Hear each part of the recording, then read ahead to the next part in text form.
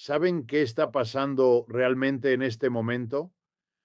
Mientras todos miran las noticias superficiales, hay una transformación económica brutal desarrollándose frente a nuestros ojos. Trump acaba de lanzar un ultimátum a México que no es solo una amenaza comercial más, es la manifestación tangible de un imperio en declive que intenta desesperadamente mantener su hegemonía. Déjenme explicarles lo que los medios corporativos no les dirán. Este ultimátum no surge de la nada, es el resultado directo de décadas de contradicciones inherentes al capitalismo estadounidense. Estados Unidos ya no puede competir mediante la innovación o la productividad superior. Entonces recurre a la coerción económica pura y dura.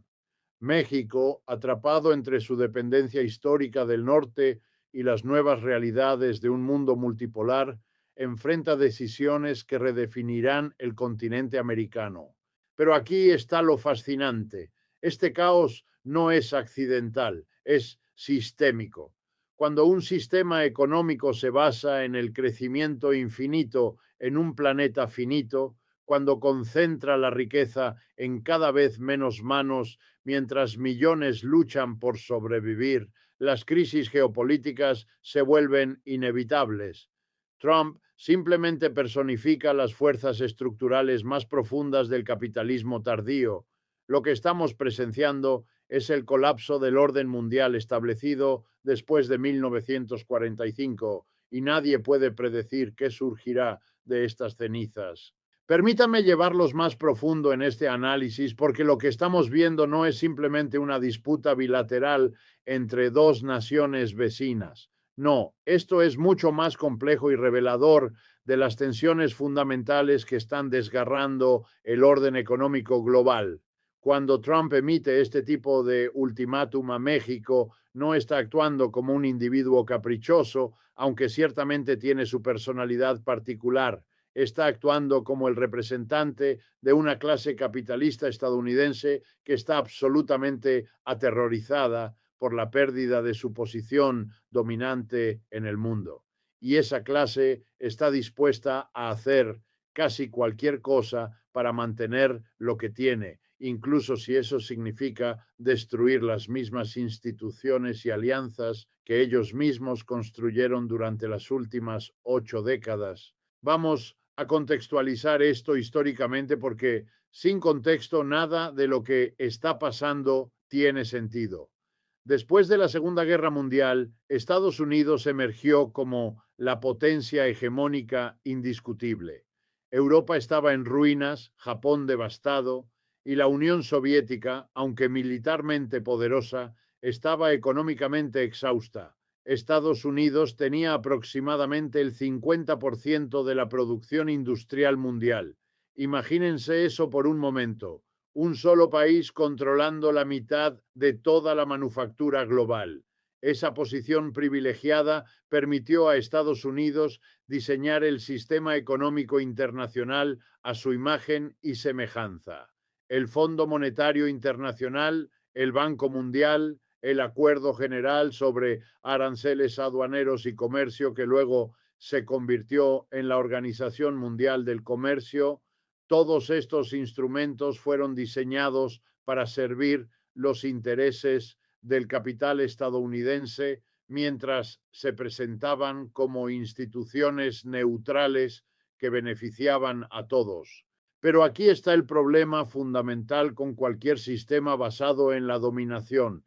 Eventualmente, esa dominación genera las condiciones para su propio debilitamiento. Al exportar capital y tecnología para maximizar ganancias a corto plazo, las corporaciones estadounidenses inadvertidamente crearon competidores. Japón se reconstruyó y se convirtió en una potencia económica para los años 70 y 80. Europa Occidental se integró y formó un bloque económico formidable. Y luego, por supuesto, está el elefante en la habitación, China. La decisión de integrar a China en el sistema capitalista global, algo que se aceleró dramáticamente en los años 90 y 2000, fue vista en su momento como un golpe maestro. Se argumentaba que al exponer a China al libre mercado, inevitablemente se democratizaría y se convertiría en un socio junior obediente del orden liderado por Estados Unidos. Esa apuesta no salió como se planeaba, ¿verdad? China tomó la tecnología, el capital y el acceso a mercados que Occidente le ofreció, pero mantuvo un control estatal significativo sobre su economía. China no siguió el guión neoliberal que se suponía debía seguir. En lugar de privatizar todo y dejar que los mercados decidieran, el Partido Comunista Chino mantuvo palancas estratégicas de control sobre sectores clave. Dirigieron inversiones masivas en infraestructura, educación y desarrollo tecnológico, y los resultados son innegables.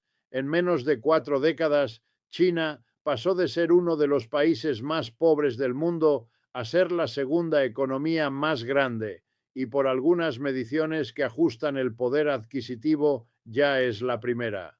Este cambio tectónico en el equilibrio económico global es lo que realmente está impulsando la agresividad que vemos de Washington. Trump no inventó esta agresividad, aunque ciertamente la ha expresado de maneras más crudas y menos diplomáticas que sus predecesores.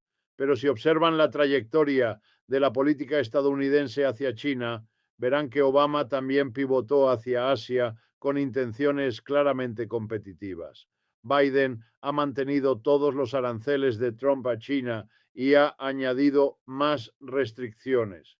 Hay un consenso bipartidista en Washington de que China debe ser contenida, y ese consenso existe porque ambos partidos representan fundamentalmente los intereses de la clase capitalista estadounidense que ve su posición privilegiada evaporándose. Ahora, ¿qué tiene que ver todo esto con México? Todo. México es estratégicamente crucial para Estados Unidos precisamente por su proximidad geográfica y su integración económica profunda. El Tratado de Libre Comercio de América del Norte, ahora reemplazado por el TEMEC, vinculó las economías de Estados Unidos, Canadá y México de maneras profundamente entrelazadas. Las cadenas de suministro cruzan las fronteras múltiples veces. Un automóvil fabricado en Detroit puede contener partes que fueron manufacturadas en México, ensambladas en Estados Unidos, con componentes que originalmente venían de Canadá. Esta integración fue diseñada deliberadamente para hacer a México dependiente de Estados Unidos, pero como todas las relaciones de dependencia en el capitalismo, también creó vulnerabilidades en la dirección opuesta. México se convirtió en una plataforma crucial de manufactura para corporaciones estadounidenses que querían aprovechar salarios más bajos mientras mantenían proximidad al mercado estadounidense. Pero México no se quedó estático.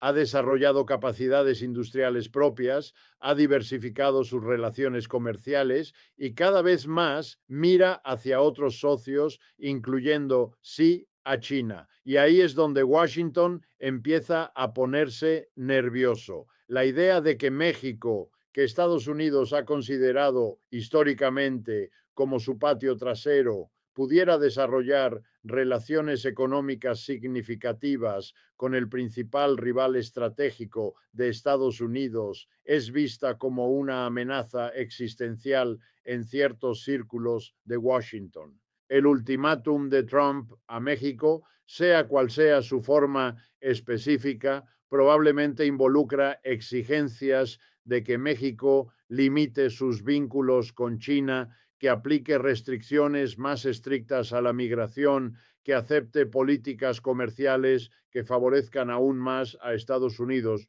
o alguna combinación de estas demandas, pero la naturaleza exacta de las demandas es menos importante que lo que representan, un intento desesperado de un imperio declinante de ejercer control sobre una región que percibe como su esfera de influencia natural.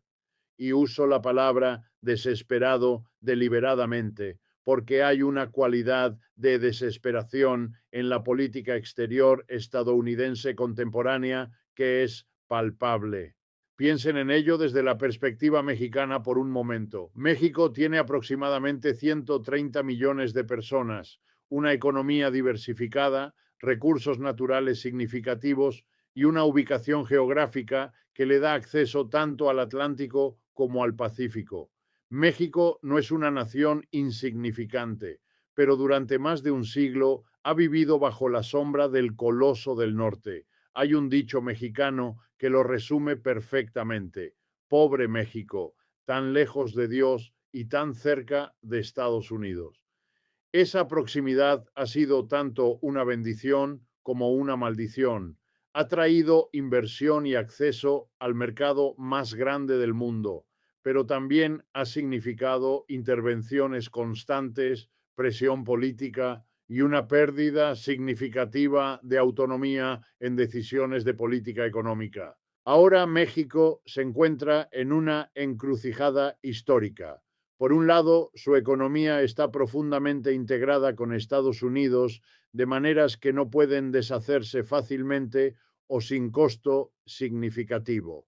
Por otro lado, el ascenso de China y otros poderes emergentes ofrece la posibilidad de diversificación, de no poner todos los huevos en la canasta estadounidense. Esta es una oportunidad que no ha existido realmente desde quizás los años 70, cuando hubo un breve momento de esperanza en torno al nuevo orden económico internacional que los países del tercer mundo intentaron establecer antes de que fuera aplastado por la contrarrevolución neoliberal de Reagan y Thatcher. Pero aquí está el dilema brutal que enfrenta no solo México, sino prácticamente todas las naciones de tamaño mediano en el sistema global contemporáneo. Estados Unidos no acepta la neutralidad. Washington opera bajo lo que los analistas llaman la doctrina del o estás con nosotros o estás contra nosotros. No hay espacio en la cosmovisión estadounidense para que países persigan sus propios intereses nacionales si esos intereses divergen de los intereses estadounidenses. Esto es imperialismo clásico, aunque raramente se usa esa palabra en el discurso político estadounidense convencional. Pero llamemos las cosas por su nombre. Cuando una nación exige que otras naciones subordinen sus intereses a los suyos bajo amenaza de consecuencias económicas o incluso militares, eso es imperialismo. El caos global que menciona el título de este análisis no es una exageración. Estamos viviendo en un periodo de transición hegemónica y la historia nos enseña que tales periodos son extraordinariamente peligrosos. Cuando la potencia dominante siente que su posición se desliza, pero aún tiene recursos significativos para resistir ese deslizamiento. La tentación de usar esos recursos de manera agresiva se vuelve casi irresistible. Esto es lo que los historiadores llaman la trampa de Tucídides, nombrada por el antiguo historiador griego que documentó cómo el ascenso de Atenas y el miedo que eso generó en Esparta hizo que la guerra fuera inevitable. Ahora no estoy diciendo que una guerra entre Estados Unidos y China sea inevitable, pero estoy diciendo que las dinámicas estructurales que hacen que los conflictos sean más probables están definitivamente presentes. Y México está atrapado en el medio de estas dinámicas. Cada decisión que toma México es escrutada por Washington para ver si demuestra lealtad suficiente. México votó con Estados Unidos en las Naciones Unidas. México está aplicando las sanciones estadounidenses contra países que Washington no favorece. México está limitando la inversión china en sectores que Estados Unidos considera estratégicos. Estas no son preguntas triviales para México, son preguntas que tienen consecuencias enormes para su soberanía y bienestar económico. Ahora ampliemos nuestra perspectiva aún más porque lo que está sucediendo entre Estados Unidos y México es solo una manifestación de patrones más amplios.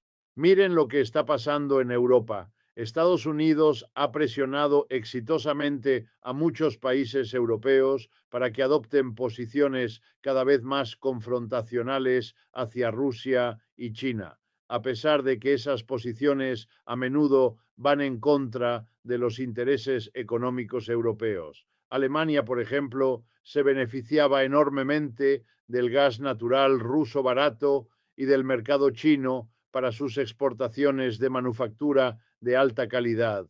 Pero bajo presión estadounidense, Alemania ha tenido que recalibrar sus relaciones con ambas naciones de maneras que lastiman su economía. Las sanciones a Rusia después de la crisis de Ucrania han sido costosas para Europa, mucho más costosas que para Estados Unidos, que estaba mucho menos integrado económicamente con Rusia para empezar. O miren el Medio Oriente, una región que ha sido un campo de batalla para la influencia de las grandes potencias durante más de un siglo por su petróleo. Estados Unidos ha mantenido una presencia militar masiva en la región, ha librado múltiples guerras, ha gastado literalmente trillones de dólares y sin embargo su influencia está disminuyendo. Arabia Saudita, un aliado estadounidense de larga data, ahora está diversificando sus relaciones, hablando con China, normalizando relaciones con Irán mediante la mediación china. Estos son cambios tectónicos que habrían sido impensables hace apenas una década. O consideren África, un continente que fue brutalmente colonizado por poderes europeos y luego quedó atrapado en las rivalidades de la Guerra Fría. China ha invertido masivamente en infraestructura africana en las últimas 2 décadas, construyendo carreteras, ferrocarriles, puertos, redes eléctricas. Estados Unidos y Europa critican estas inversiones como diplomacia de trampa de deuda, argumentando que China está atrapando a países africanos en obligaciones de deuda insostenibles. Y ciertamente hay verdad en que algunos de estos acuerdos han sido problemáticos, pero la hipocresía es asombrosa cuando viene de Occidente, que sometió a África a siglos de extracción colonial seguidos por décadas de programas de ajuste estructural del FMI que destruyeron economías locales. Al menos China está construyendo infraestructura física. El FMI exigió privatización, austeridad y apertura a la penetración del capital occidental sin construir nada. La cuestión fundamental que atraviesa todas estas regiones y situaciones es esta: el orden global unipolar centrado en Estados Unidos, que emergió después del colapso de la Unión Soviética, está llegando a su fin. No sabemos exactamente qué lo reemplazará, pero sabemos que el periodo de transición será turbulento. Podría emerger un orden multipolar donde varias grandes potencias coexistan y compitan dentro de ciertos límites establecidos. O podríamos ver una fragmentación en bloques comerciales y políticos separados, una especie de nueva Guerra Fría, pero con más jugadores. O en el peor de los escenarios, la transición podría volverse violentamente conflictiva de maneras que no queremos contemplar. Lo que hace que esta situación sea particularmente peligrosa es que está ocurriendo simultáneamente con múltiples otras crisis. La crisis climática se está acelerando con impactos que ya están siendo sentidos globalmente. Sequías más severas, inundaciones más destructivas, patrones climáticos cada vez más erráticos que amenazan la producción de alimentos. La desigualdad dentro de la mayoría de los países ha alcanzado niveles no vistos desde la Edad Dorada de finales del siglo XIX, creando tensiones sociales masivas. Los sistemas democráticos están bajo presión en muchas naciones, con el ascenso de movimientos autoritarios, tanto de derecha como, en algunos casos, de izquierda populista. Los flujos migratorios masivos impulsados por la guerra, la pobreza y el cambio climático, están creando crisis políticas en países receptores. Todas estas crisis están interconectadas y se refuerzan mutuamente de maneras que hacen que las soluciones sean extraordinariamente difíciles. El cambio climático impulsa la migración, lo que alimenta el nacionalismo de derecha, lo que conduce a políticas menos cooperativas internacionalmente, lo que dificulta abordar el cambio climático. La desigualdad debilita la cohesión social, lo que dificulta la acción colectiva necesaria para abordar tanto el cambio climático como la inestabilidad geopolítica. La rivalidad geopolítica dificulta la cooperación en problemas que requieren absolutamente cooperación global para resolverse. Y en medio de todo esto, tenemos a líderes como Trump emitiendo ultimátums que aumentan las tensiones en lugar de reducirlas. Ahora, sé que algunos argumentarán que estoy siendo injusto con Trump, que él está simplemente defendiendo los intereses estadounidenses de manera más agresiva que sus predecesores, pero ese argumento pierde de vista algo crucial. Los intereses de la clase capitalista estadounidense no son los mismos que los intereses del pueblo trabajador estadounidense. Cuando Trump impone aranceles a México, no está protegiendo empleos estadounidenses de manera significativa. Está tratando de extraer concesiones que beneficien a ciertos sectores del capital estadounidense. Y mientras tanto, los trabajadores estadounidenses pagan precios más altos por bienes importados, los trabajadores mexicanos enfrentan pérdidas de empleo si las fábricas cierran y las corporaciones simplemente mueven la producción a otro país de bajos salarios. Esto es lo que Marx llamó la naturaleza fundamentalmente internacional del capitalismo. El capital no tiene lealtad a nación alguna, fluye hacia donde las tasas de ganancia son más altas. Las corporaciones ondearán la bandera estadounidense cuando les convenga, o la bandera china, o la bandera mexicana, pero su única lealtad real es hacia la acumulación de capital. Los conflictos comerciales nacionalistas entre gobiernos a menudo son teatro político que oscurece la realidad de que las clases capitalistas en diferentes países están cooperando extensamente, incluso cuando sus gobiernos están peleando. Entonces, cuando pensamos en el ultimátum de Trump a México, necesitamos preguntarnos, ¿quién se beneficia? No los trabajadores estadounidenses que verán precios más altos y posiblemente pérdidas de empleo si las cadenas de suministro se interrumpen. No los trabajadores mexicanos que enfrentan inseguridad económica. Ciertos sectores del capital estadounidense podrían beneficiarse a corto plazo de aranceles o cuotas que limitan la competencia. Políticos como Trump se benefician de poder posar como defensores fuertes de los intereses nacionales, incluso cuando sus políticas en realidad lastiman a la mayoría de sus ciudadanos. Y mientras tanto, los problemas reales que enfrentan las personas comunes en ambos países no se abordan. La infraestructura se está desmoronando en Estados Unidos.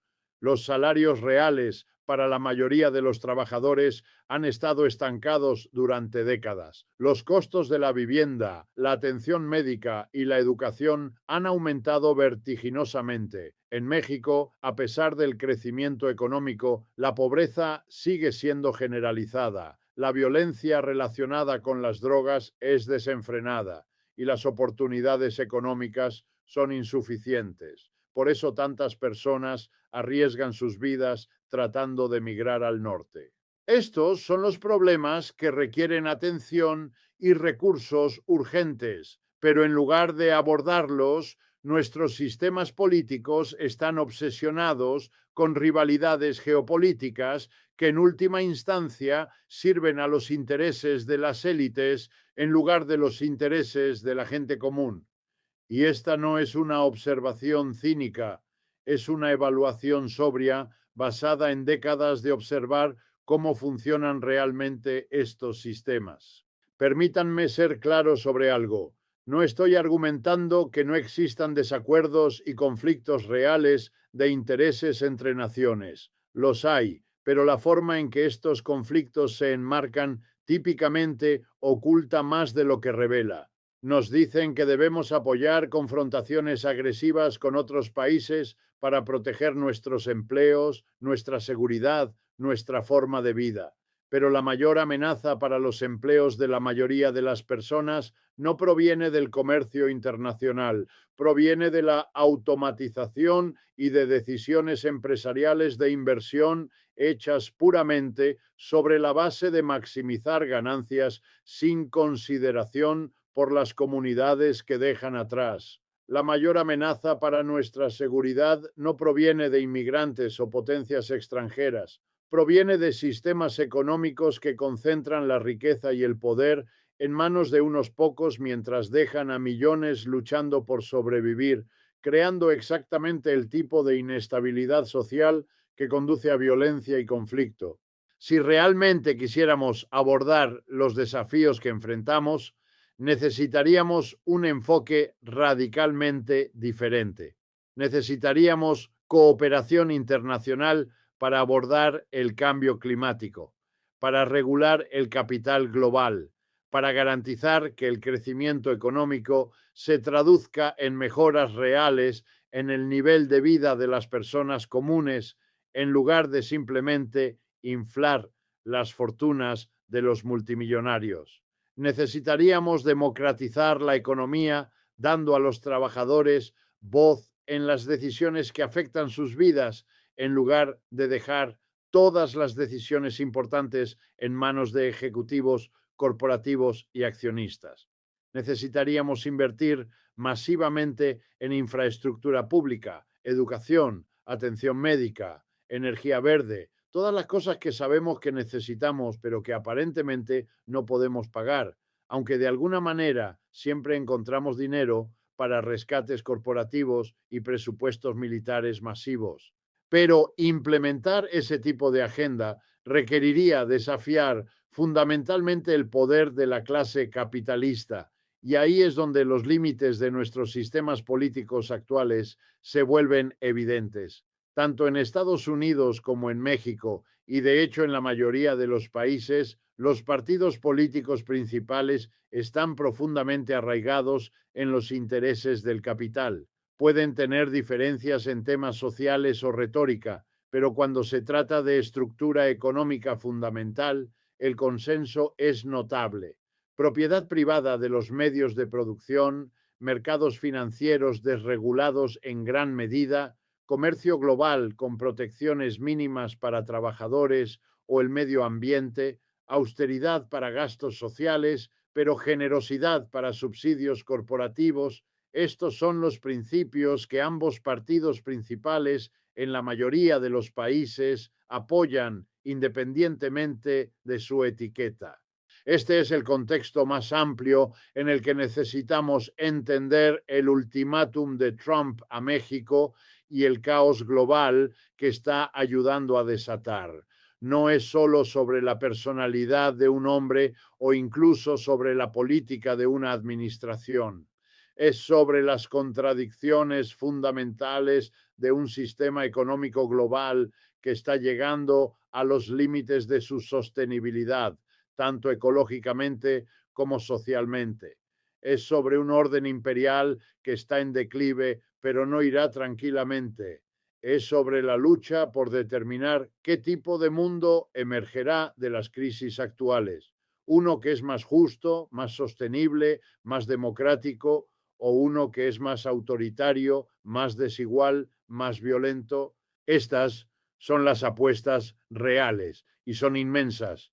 El ultimátum a México es solo un síntoma de dinámicas mucho más profundas. Y aunque no podemos predecir exactamente cómo se desarrollará todo esto, podemos decir con confianza que el status quo no es sostenible. El cambio viene, ya sea que estemos listos para él o no. La pregunta es si ese cambio será dirigido por movimientos populares que luchan por un mundo mejor,